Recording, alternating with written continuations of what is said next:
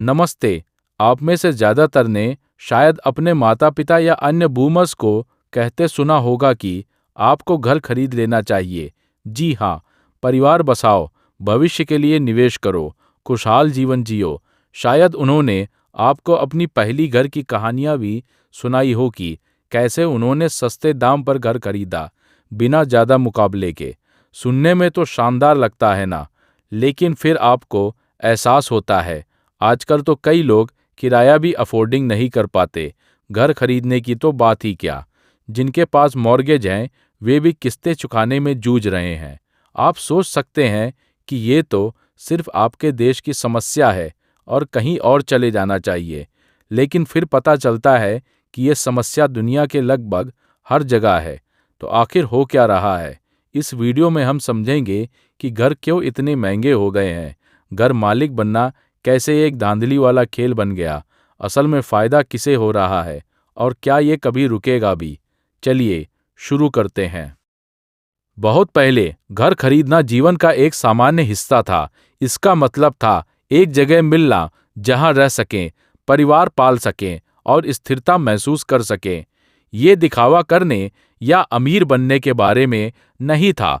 1960 के दशक में ज्यादातर घरों की कीमत औसत व्यक्ति की सालाना सैलरी के 2 से 3 गुना होती थी।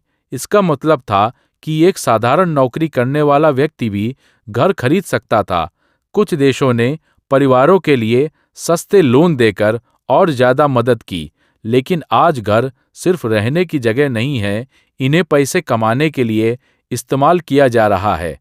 पुराने लोग जब घर सस्ते थे तब खरीदते थे और समय के साथ कीमतें बढ़ती देखते थे।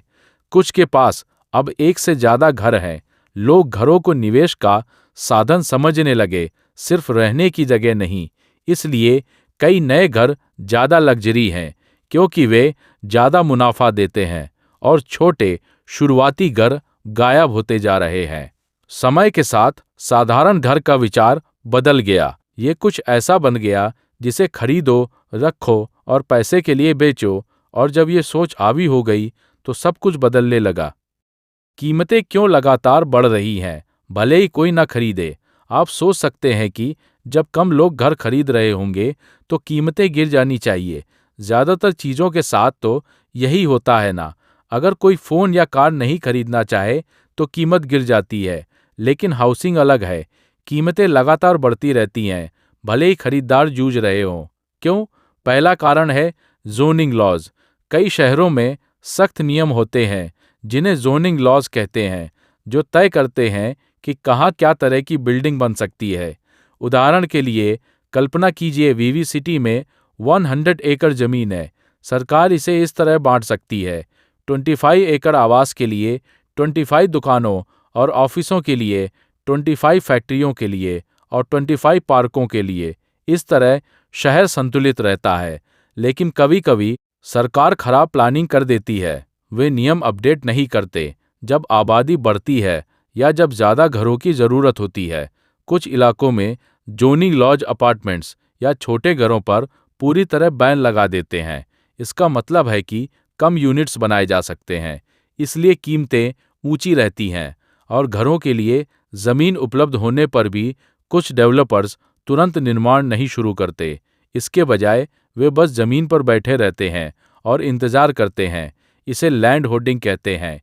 वे कीमतें बढ़ने का इंतजार करते हैं ताकि बाद में निर्माण करके घरों को ज्यादा मुनाफे पर बेच सके। दूसरा है निर्माण प्रक्रिया की जटिलता। खुद निर्माण धीमा और महंगा है। ये परमिट की समस्याओं, बढ़ती सामग्री लागत, मजदूरों की कमी या खराब मौसम से विलंबित हो सकता है। कभी कभी तो इससे भी बुरा होता है, जमीन कानूनी विवाद में फंस जाती है और पूरा प्रोजेक्ट हमेशा के लिए रुक जाता है। इसलिए आप कभी कभी आधे अधूरे भूतिया भवनों को बस यूं ही खड़े देखते हैं। और जब बिल्डर निर्माण करने में सफल होते हैं तो वे आमतौर पर बड़े लग्जरी घर बनाते हैं क्योंकि उनसे ज्यादा मुनाफा होता है। तीसरा है जॉम्बी हाउसेस। हाँ, कुछ घरों में तो कोई रहता ही नहीं। निवेशक इन्हें खरीद लेते हैं, खाली छोड़ देते हैं और कीमतें बढ़ने का इंतजार करते हैं। इन्हें जॉम्बी हाउसेस कहते हैं और ये कमी को और बदतर बनाते हैं। सेक्शन 3, आपका लैंडलॉर्ड एक हेज फंड है। पहले के जमाने में अगर आप किराए पर रहते थे तो आपका लैंडलॉर्ड आमतौर पर कोई साधारण व्यक्ति होता था, शायद कोई रिटायर्ड जोड़ा या जिसके पास दूसरा घर हो। हाँ, जैसे मिस्टर बीन कार्टून में अपनी झगड़ालू लैंडलेडी के ऊपर रहता है। खैर, आज भी ये मौजूद है, लेकिन पहले जितना नहीं, क्योंकि आजकल कई किराएदारों को यहाँ तक पता नहीं कि उनके घर का मालिक कौन है। कई शहरों में ये कोई व्यक्ति ही नहीं होता, ये कोई बड़ी कंपनी होती है। वॉल स्ट्रीट की बड़ी कंपनियां जैसे ब्लैकस्टोन और इनविटेशन होम्स अब दसियों हजार घरों की मालिक है। इनमें से कुछ के पास 1 लाख से ज्यादा घर हैं। ये कंपनियां घरों में रहने की परवाह नहीं करती, वे इनका इस्तेमाल ज्यादा मुनाफा कमाने के लिए करती हैं। यही एक कारण है कि किराया लगातार बढ़ता रहता है, भले ही कम लोग घर खरीद रहे हों। और ये सिर्फ वॉल स्ट्रीट तक सीमित नहीं, साधारण घर मालिक भी इसमें शामिल हो रहे हैं। हर 4 में से 1 घर यानी 25% निवेशकों द्वारा खरीदा जाता है, जिसमें बड़ी कंपनियां शामिल हैं। तो अब साधारण लोग सिर्फ अन्य परिवारों से नहीं, बल्कि अमीर निवेशकों या कंपनियों से मुकाबला कर रहे हैं जो ज्यादा घर खरीदकर ज्यादा किराया वसूलने की दौड़ में हैं। इससे भी बुरा, कुछ घर अब पर्यटकों के लिए शॉर्ट टर्म एयरबीएनबी स्टाइल में किराए पर दिए जाते हैं। अगर आपने एयरबीएनबी के बारे में नहीं सुना, तो ये आपके घर या अपार्टमेंट को कुछ दिनों या इससे ज़्यादा समय के लिए किराए पर देने का तरीका है। सरल शब्दों में, बिल्कुल होटल जैसा। ये बजट ट्रैवलर्स के लिए शानदार है, खासकर ग्रुप्स के लिए, क्योंकि कई एयरबीएनबी एक जगह ज़्यादा लोगों को ठहरने देते हैं, होटलों के उलट। लेकिन जब एयरबीएनबी बहुत ज़्यादा हो जाते हैं तो स्थानीय लोगों के लिए मुकाबला करना मुश्किल हो जाता है, क्योंकि वो घर अब उन लोगों के लिए उपलब्ध नहीं जो वाकई वहाँ रहना चाहते हैं। यही वजह है कि अगर आपने हाल की खबरें देखी हों, तो स्पेन के बार्सिलोना जैसे जगहों पर कई स्थानीय पर्यटन के खिलाफ विरोध करने लगे हैं, क्योंकि इतने सारे घर एयरबीएनबी बन गए हैं जो स्थानीय लोगों को बाहर धकेल रहे हैं और हाउसिंग को और कमी कर रहे हैं। अगर आपने कभी घर अफोर्डिंग न कर पाने की शिकायत की है, तो शायद किसी ने कहा हो कि ये आपकी गलती है। शायद उन्होंने कहा हो कि एवोकाडो टोस्ट खरीदना बंद करो या ज़्यादा मेहनत करो, लेकिन ये असली वजह नहीं कि लोग बाहर हो रहे हैं। सच्चाई ये है कि घरों की कीमतें मजदूरी से कहीं ज़्यादा तेजी से बढ़ी है। भले ही आप हर महीने बचत करें, घर की कीमत आपकी बचत से तेज बढ़ जाती है। और जब राजनेता मदद करने की कोशिश करते हैं, तो अक्सर उल्टा असर होता है। वे टैक्स ब्रेक्स या पहली बार खरीदारों को बोनस देते हैं, जो सुनने में अच्छा लगता है, लेकिन ये प्रोग्राम सिर्फ डिमांड बढ़ाते हैं। कभी कभी ये ज़्यादा घर नहीं देते, इसलिए कीमतें और ऊंची हो जाती हैं। इस बीच सिस्टम विरोधाभासों से भरा है। कुछ घर मालिक नए हाउसिंग प्रोजेक्ट्स को ब्लॉक करने के लिए वोट देते हैं, क्योंकि वे अपने घरों की वैल्यू बचाना चाहते हैं, लेकिन उसी समय वे चाहते हैं कि हाउसिंग कीमतें उनके बच्चों के लिए अफोर्डेबल हों। ये हिसाब नहीं बैठता। और हमने मॉर्गेज के हिस्से के बारे में अभी बात नहीं की, क्योंकि मॉर्गेज नियम लगातार बदलते रहते हैं। होम लोन लेना मुश्किल होता जा रहा है। भले ही आप सब सही करें, लक्ष्य दूर होता जाता है, क्योंकि घर की कीमत और किराया बढ़ता रहता है। बड़े शहरों में किराएदार अक्सर अपनी आय का 35 से 45% किराए पर खर्च करते हैं, जो सुझाए गए 30% से कहीं ज़्यादा है। और जो लोग घर खरीद भी लेते हैं, वे अक्सर ऊंची मासिक किस्तों और बढ़ते ब्याज से फंसे महसूस करते हैं।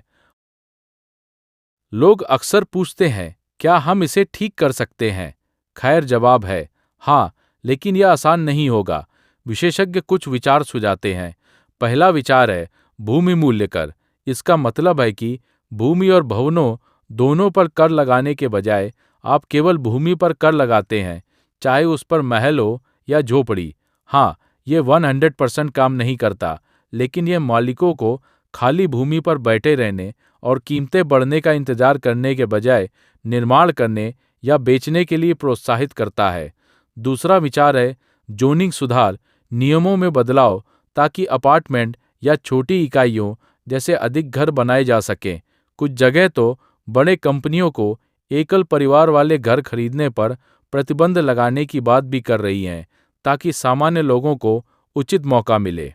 और अंत में, कई घरों वाले मालिकों के लिए कल लाभ समाप्त करना या कम करना, इससे निवेश के रूप में इस्तेमाल होने वाले घरों की संख्या कम हो सकती है और पहले खरीदारों के लिए अधिक घर उपलब्ध हो सकते हैं।